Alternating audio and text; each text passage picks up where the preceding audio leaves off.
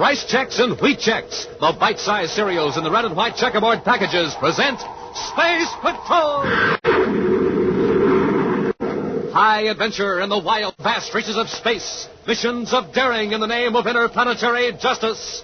Travel into the future with Buzz Corry, Commander-in-Chief of the Space Patrol! In today's transcribed Space Patrol adventure, Buzz and Happy have discovered a strange castle in a valley on the planet Mars. Curiously, they make their way down a long corridor. This place has the weirdest lighting, sir. Yes, it seems to come from the walls and ceiling as if the surface were glowing. I wonder where this corridor leads. It seems to go on forever. A trick of perspective, Happy. Hey, what happened? I can't walk. Hap, look at the floor. It's getting transparent. Smoke and rockets. It's disappearing right from under us. Hey, Commander, we're falling! We'll return in just a moment with today's exciting Space Patrol adventure, The Revenge of Dr. Yeager.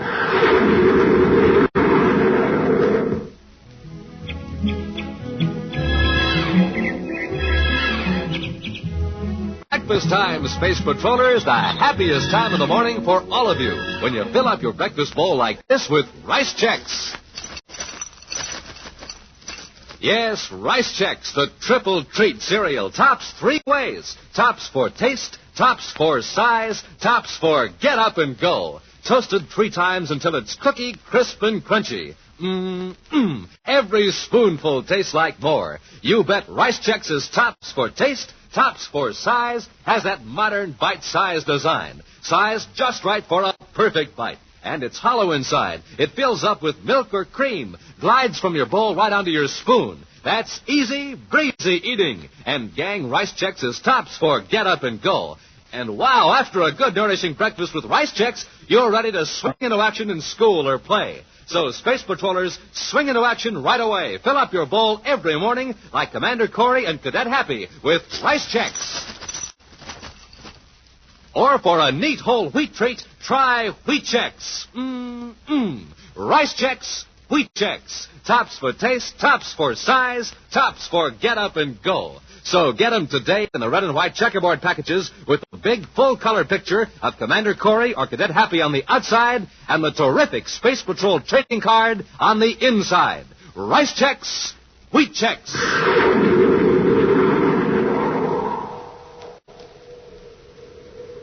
And now, today's Space Patrol adventure, The Revenge of Dr. Yeager. Commander Corry and Cadet Happy are in the Commander's space battle cruiser, the Terra 5, returning to the man-made planet Terra after a mission to Jupiter. Several thousand DUs inside the Mars orbit, Happy picks up a spaceship in the forward view scope. It's a small private cruiser, Commander. There's no sign of a rocket blast. It must be in free fall. What's its vector, Hap? I haven't reckoned it yet, sir, but at the rate we're gaining on it, its velocity is very low. And it doesn't seem to be on any planetary vector. Better call them. Yes, sir. Yeah, it looks like a drifter to me, all right, sir. Emergency. Private cruiser M89 calling Space Patrol Battle Cruiser Terra 5. Hey, they're calling us. It's a faint signal for such a short distance. I'll boost the gain, sir. Private cruiser M89 calling Terra 5. I'm in trouble. Commander Corry aboard Terra 5, the cruiser M89. What's your trouble? I'm not sure.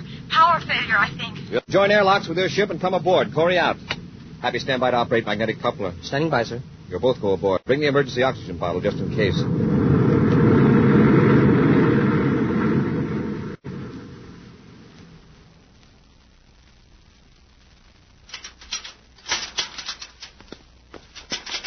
Thank heavens you're here. Are you all right, miss? Oh, yes, I am now. The cabin air pressure seems okay, sir. Oh, yes, everything's fine. Just a minute. Didn't you space a phone in emergency? You said something about power failure. I'm sorry, but I didn't know what else to do. You see, I was frightened. Are you alone in this ship? Well, yes, Commander. You see, Happy, check that control panel. Yes, sir. What's your name, miss? Lorna Stark. Is this your ship? Yes, I'm from Lowell City, Mars. You can check that. I certainly will. The instruments check, sir. The rocket controls are off, that's all. Yes, that's right. I've been in a free fall for about a half an hour. Why? I was afraid someone was after me. I thought if they didn't see the rocket exhaust, I'd have a better chance. Oh, I was just praying for a Space Patrol ship to come along. You have no idea how relieved I am. You'd better have a good reason for faking a distress call. Who's after you and why? Well, I'm afraid it's going to sound very strange. That's why I wanted you to come aboard so we could talk privately. I was afraid to explain over the spaceophone. I'm listening, Miss Stark. Well, perhaps I'd better start at the beginning. Did you ever hear of a Dr. Yeager? Yeager? Wilhelm Yeager, the scientist and inventor. Dr. Yeager's been dead for nearly 30 years. Yes, I know. He and my father were friends. You've probably heard that several of Dr. Yeager's inventions were never made public, that they're hidden in a secret castle. Dr. Yeager was quite a colorful personality, from what I've read. A lot of fantastic legends have sprung up about him, but how does all this tie in with your fake emergency call? Commander, that castle of Dr. Yeager's is not legend. Yeager? Yeager. Sure. The fellow the old-time pilots talk about. The man who's supposed to have made all those frightful inventions. Weapons so terrible he never even wrote down his secrets. He did write them down, Cadet. I've seen some of the designs. Huh? Designs for what, Miss Stark? I don't recall them all now, but there was the Letha ray. Now, just a minute. You mean the Letha ray actually exists? It exists now. Where? Who has it? Well, nobody. It's still where Dr. Yeager hid it. You don't know where it is? No, but somebody thinks I do. That's why they're after me. Well, who has reason to suspect that you know about Yeager's secrets? A man named Carl Bracker. He once worked for my father. He was present when I opened the sealed package containing documents that Dr. Yeager gave my father. You see, Dr. Yeager left it up to my father's judgment whether certain inventions were to be revealed. One day, about 3 years ago, I came across that sealed package. Curiosity got the better of me, and I opened it. Go on. A moment later, my father and this Carl Bracker walked in. My father was furious with me. Right then and there, he destroyed the documents. He said Dr. Yeager was right, that people couldn't be trusted. I was ashamed and frightened. Neither Father nor I mentioned the matter again. Then after Father passed away, Bracker showed up. And wanted you to tell him where Yeager's secrets are hidden? Yes, but I told him I didn't know. He was angry. He said I'd be sorry, but he went away. Then a few days ago, this other man started following me. I just know Bracker sent him. When you saw those documents, did you notice where Yeager's inventions were hidden? Yes, but I've forgotten. I pushed it out of my mind. I didn't want to know. Miss Stark, I want to give you a brainograph test. You don't believe me? Well, that's not the point. If that information about Yeager is in your subconscious, someday you might recall it or be forced to reveal it. I want to find those inventions, if they exist, to keep them from falling into the wrong hands. And the brainograph will make me remember? It'll put your thought images on a screen. Even those dim patterns and impressions your conscious mind isn't aware of. It's completely painless. Are you willing? Well, of course. Well, it'll be late when we get to Terra. I'll arrange for a room for you at the Terra Space Hotel with a guard at the door. Guard? You said someone was after you, remember? Let's get into my ship. You can tell me more about this Carl Bracker. Early the next morning, Buzz and Happy arranged with Major Robertson, Space Patrol Security Chief, to set up a brainograph test. Then they hurry to the Terra Space Hotel to get Lorna Stark. They step out of the elevator and walk down the hall. Room 2309, wasn't it, sir? Yes. Say, where's the guard? He was to stay on duty in the hall until relieved. The door's unlocked, sir. Something's wrong here. Miss Stark! Hey, Commander, look. It's the guard. He's on the floor, tied up and gagged. Just a minute, Sergeant. Happy, untie him. I'll loosen the gag. There. Where's Miss Stark? They took her away. I tried to stop them, but they slugged me. They? Yes, 2 men. A big one and a little fellow in a waiter's outfit. That's how he got close to me out in the hall. The little guy with the tray, he pulled a ray gun on me and forced me into the room. The big guy came in. Guess he'd been waiting around the turn in the hall. Here's a waiter's coat and tray on the floor, sir. How long ago did this happen? About 2 hours ago. It really tied me up. I've been trying to... What about Miss Stark? Did she know the men? Did she go willingly? Well, she put up a squawk till the big guy got rough. She seemed to know him, called him by name. Let's see, Bracker. That's it, Bracker. Hap, get on the phone to headquarters. Have them check the files on Carl Bracker. I want all the data on my desk when we get there.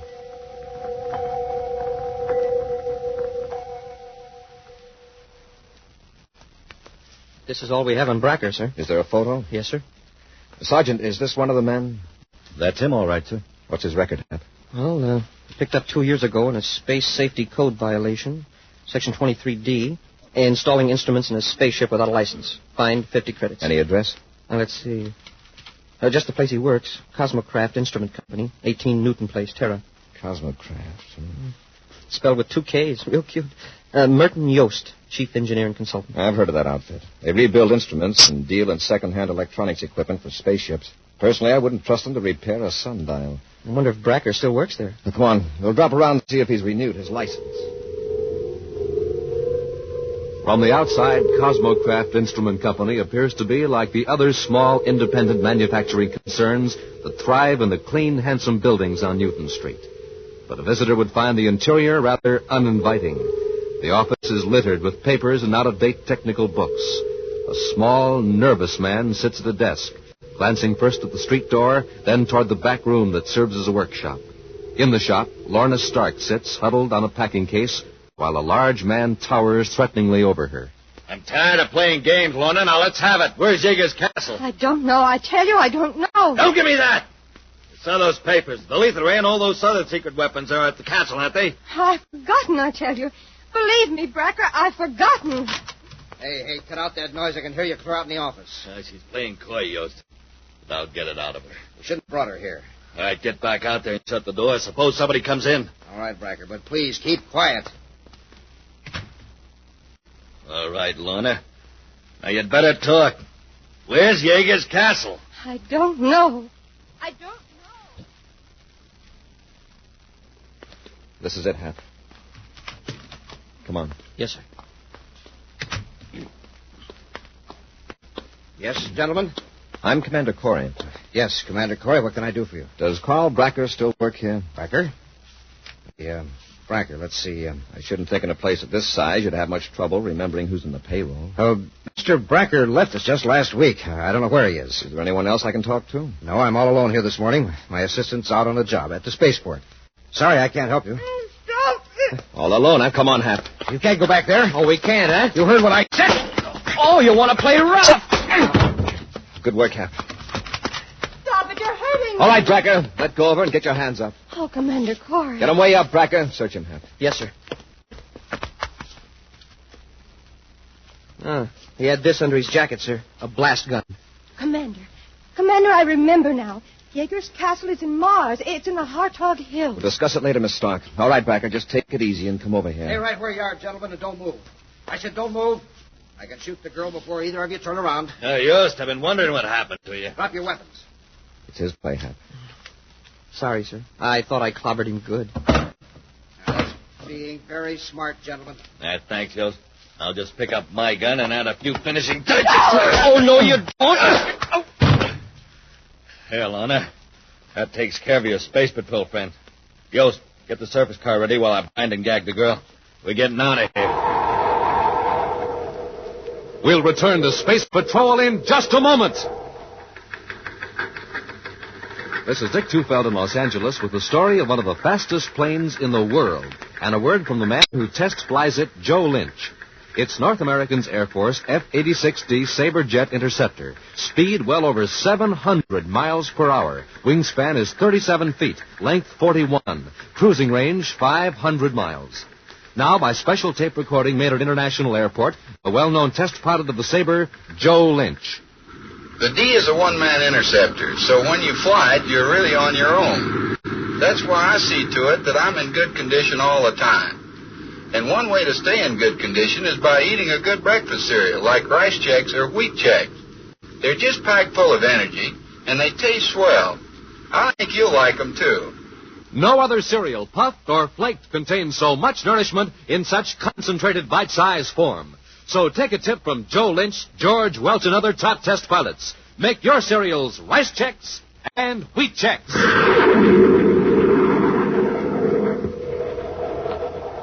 And now back to our Space Patrol adventure, The Revenge of Dr. Yeager. Buzz and Happy burst in upon Carl Bracker as he attempted to force Lorna Stark to reveal the hiding place of sinister weapons invented by the late Dr. Yeager. In the excitement of the rescue, Lorna blurted the location of Yeager's hidden castle, just as Bracker's partner, Merton Yost, intervened. Fearing resistance would endanger Lorna, Buzz and Happy surrendered their weapons. Bracker knocked the space patroller unconscious. Then he and Yost escaped, taking the girl with them. Now, an hour later, Buzz and Happy find themselves locked in the repair shop of the dingy spaceship instrument factory on Terra. Wow. Wait till I get a hold of that guy, Bracker. He raised a lump on my head the size of Mars' first moon. Mars? Huh? That's where Yeager's castle is. Did you hear Lorna just as we came in? I was sort of busy. If I did hear it, Bracker's gun knocked it out of my mind. Whereabouts on Mars? Did she say? Yes. It was right then that Yost came in, but I think I recall it. The Hartog Hills. Hartog Hills? That's a new one on me, and I thought I knew Martian geography. It's a range a few hundred miles northwest of Marquette City. And come to think of it, it's a good place to hide a castle. We're locked in. That isn't going to last more than a few seconds. We'll notify headquarters that we're blasting off from Mars. Oh, gee, Commander, do you think Bracker will go there? Doesn't he know that you heard Lorna tell where the castle was? He's gone pretty far already, Hap. He may figure that it's worth taking a chance on getting his hands on Yeager's weapons. Those rumors are even half true. One man could wipe out an army with the lethal ray alone. Wow. Let's hope we find the castle before Bracker does. The door, Hap. Oh, yes, sir. Allow me. Oh. Here, Hap, I'll help you out. Now to the spaceport. Hurry. Yes, sir. Merton Yost sits hunched over the controls of a private cruiser, watching the red-tinged disk of the planet Mars grow larger in the viewscope. He turns as Carl Bracker shoulders his way through the narrow opening into the control compartment. Can't you get any more acceleration out of this old bucket? Take it easy, Bracker. We'll be over the Hartog Hills right after sunup, the way I figured. Well, you better contact Jacobs at Marquette City. We'll meet him out in the desert. He can fly us to the Hartog Hills to look for the castle. Smart idea. When we locate Yeager's hideout, there won't be a grounded ship there to give us away. Sometime later, another ship enters the thin, cold atmosphere of Mars. As Buzz handles the controls, Cadet Happy compares the terrain in the viewscope screen with the detailed 3D projector chart of this sector of the surface of Mars. Hartog Hills appearing in the screen now, sir. And so far, no sign of any ship that might be Bracker. I'll bet he didn't have the nerve. Well, let's not underestimate him, Hap. No, sir. You sure were right when you said the Hartog Hills were a good place to hide a castle. Those rock formations are sure confusing. I'll cut our altitude, Hap, and place back and forth across the range. Now the viewscope scanning beam to a small arc. Yes, sir. Crisscrossing the range of hills, Buzz and Happy examine the terrain from every angle, peering down into steep-walled canyons, bouncing scanning beams off weirdly formed rocks, and probing into vegetation. Then, for a fraction of a second, a formation appears in the viewscope that causes Buzz and Happy to exchange glances. Well, was it or wasn't it, sir? I'm going to circle back and make another pass over that canyon at a slightly different angle of approach.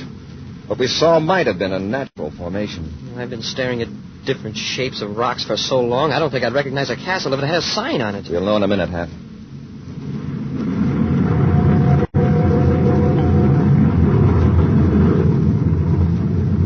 That's it, Happy. Yes, sir. I can make out columns and even steps. But wow, what a job of camouflage. Yeager built the entire facade of an enormous building right against the wall of a canyon. Magnificent. Yeah, if we'd flown over at another angle, well, we never would have seen it. Well, there's no sign of another spaceship near here. Yeah, but there's plenty of room to land in front of the castle. Well, we'll land and have a close look at Yeager's castle. A few moments later, Buzz and Happy stand before a beautiful facade of a building constructed against the wall of the cliff. Broad steps lead up to a gigantic door. Gee, Commander, now that we're right in front of it, I wonder why we didn't notice it from the ship. Every line of that building was cut to blend with the cliff when seen from a height. It's a beautiful job, Hap. Yeah, look at the size of that door. We'll probably have to get something from the ship to blast it open. Let's go up and examine it first. Uh-oh. Commander, the door, it's swinging open. Somebody's in there. Have your ray gun ready, Hap. Yes, sir. There's no sign of anyone. The door may have opened automatically. I'll go in first, Hap. Smoke and rockets. Look at the size of this hall.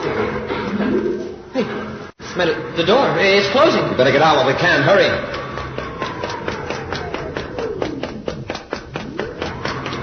Hey, now the door's swinging open again.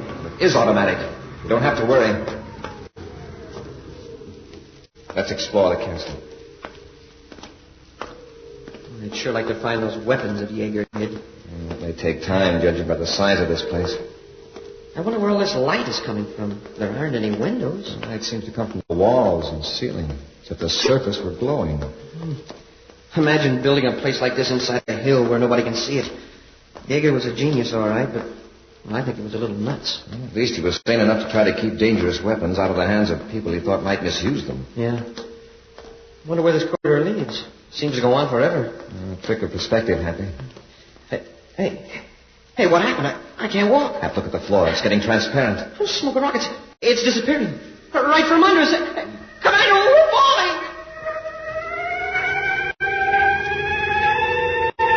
Buzz and Happy plunge downward in total darkness. Any moment they expect to land with shattering suddenness on some hard surface. But seconds pass, and they keep plunging down into the blackness. Commander, I'm slowing down. Yes, so am I.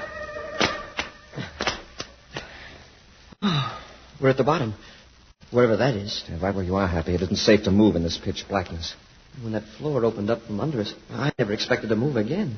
Lucky I brought my atomo light. That won't be necessary, Commander. Who's that? You'll see when I turn on the lights. There. Bracker. Now, don't reach for your weapons.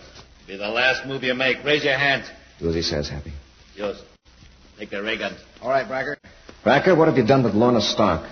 She's perfectly safe in the next room. You're probably wondering just what happened to you. You're now in a lower level of Yeager's castle. You were lowered by one of Yeager's amazing inventions, a levitation beam, controlled by this panel here. But the floor just dissolved under us. That part of the floor up there is actually the top cross-section of the levitation beam.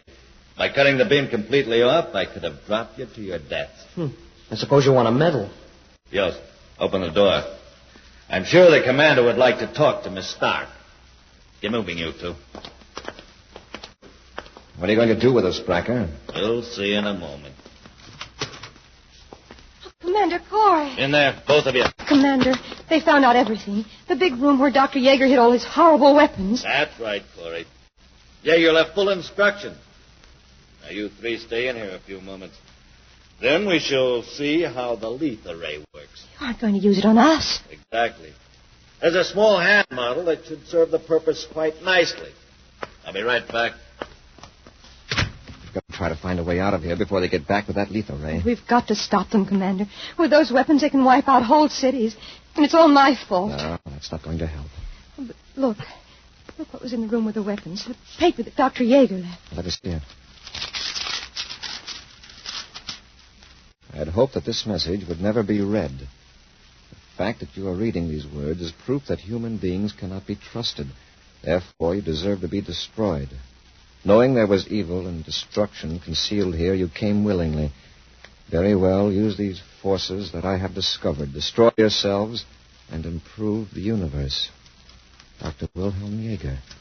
Wow. A very bitter man. He was right. Human beings can't be trusted.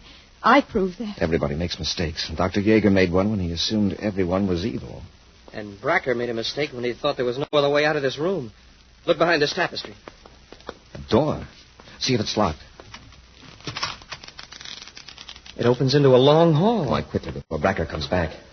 Hurry, Lorna. Well, if only we can find our way out of the castle. Well, anyway, there's plenty of light. Once we get out of here and get to the ship, we can call a space patrol squadron and destroy the castle if we have to. But if Dr. Yeager's weapons are as powerful as he said they are, couldn't Bracker and yours fight off all the spaceships in the universe? They might get some of us, but we could keep them holed up here at least. Smoking rockets as sure as a long corridor. Look out. What did I hit? There's a big mirror across the corner of the passage. The passage turns here. Sure enough. And the mirror's at an angle so you can see around the corner. It looked like the passage went straight ahead. Up we are! It's Bracker. He's after us. Around the corner, quickly. Stop! Commander, what are we going to do? This is the end of the passage. Must be a door here. Yes, there is. Oh, it's locked. We're trapped. And Bracker's coming for us. Yeah, I can see him in the mirror coming up the corridor. And he's got a weapon. Come on, Yost. We got him now. They can't get out. Use a lethal ray. I want to get a little closer. Commander, does he think that lethal ray shoots along corners? Doesn't know he's aiming at a mirror. He thinks the corridor is straight. Yeah, but, sir, what if the mirror reflects the ray toward us? Go on, Bracker. What are you waiting for? I'm waiting for him to plead for mercy.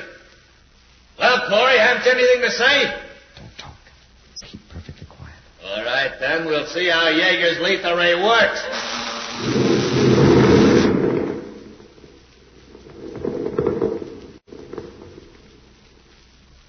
They're gone. It destroyed them completely. Yeah. Very satisfactory. But I had the regulator set unnecessarily high. Look what the ray did to the wall. Blasted a hole in it. They're coming closer to examine it. They'll jump them when they reach the turn in the passage. Yes, sir. Lorna, keep absolutely quiet. Incredible, isn't it, Yost? You'd never know that a few seconds ago 3 human beings were standing here. Now, Hap, Bracker, look out!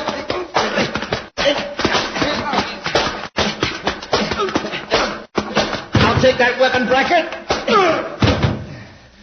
All right, Bracker, get up. Corry, I saw you disintegrate. Yeah. The three of them. I saw it, too. You can't always believe what you see. You were looking at a reflection. The lethal ray merely destroyed a mirror on the wall behind it. A mirror? That's right. It's the first and last bit of damage Dr. Yeager's lethal ray or his other weapons are going to inflict.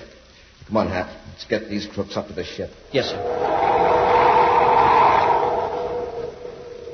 An action preview of next week's exciting Space Patrol adventure in just a moment. Hey, Hap, where are you hiding your rice checks and wheat checks these days? Right here, Captain Tufeld, in this top-secret Space Patrol file cabinet. Hey, you got to be careful where you keep the checks around here. They taste so good, anybody who sees them eats them. Are you filing them under C for checks?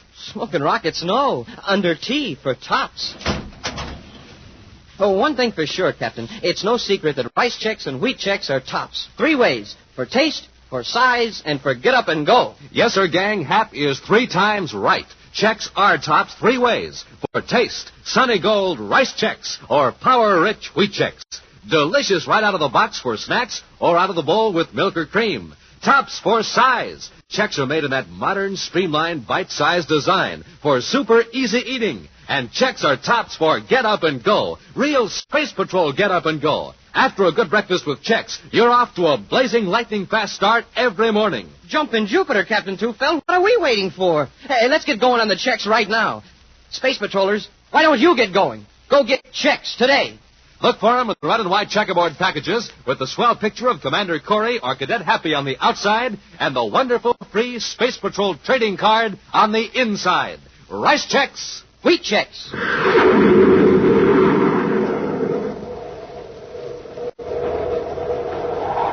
And now, a preview of next week's exciting Space Patrol adventure. Buzz and Happy are captives aboard a spaceship from another galaxy. In a desperate attempt to warn the United Planets of an attack, the 2 space patrollers are trying to master the bewildering controls of a spaceophone in the strange ship. Well, gee, Commander, this certainly doesn't look like any transmitter I ever saw before. Hold it, Hap.